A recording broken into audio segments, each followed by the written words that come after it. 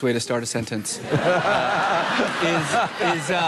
My problem with Weiner isn't just that he's a pervert and a liar. He is both those things. My problem with Weiner is that this is a man who has repeatedly stated that there is no such thing, nor has there ever been such a thing as an Israeli occupation of the West Bank. He's called the Palestinian ambassadors to the UN a bunch of terrorists. So either he is... Okay, you're way off topic. No, let me just say, there are other reasons to hate this guy. Okay.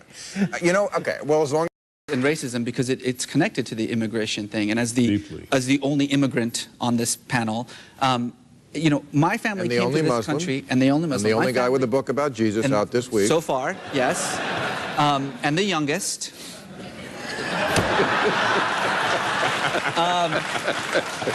My family came to this country as refugees in 1979 with nothing from Iran. We faced horrible racism in the 1980s. It was not a good time to be Iranian in this country. I spent most of the 80s pretending to be Mexican. And by the way, if you think that people will treat you better if you say you're Mexican, then you're really, you know, hated as a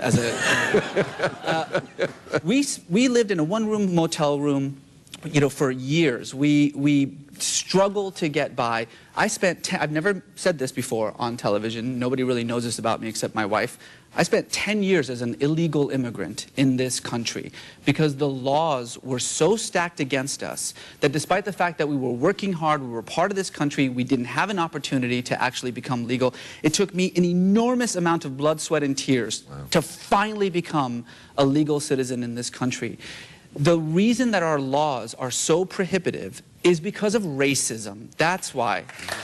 And we have to admit it. Steve King is not the only racist in Congress. Well, thank you for admitting that. And I sold pot in college. All right. Thank you, panel. Let's move on to new...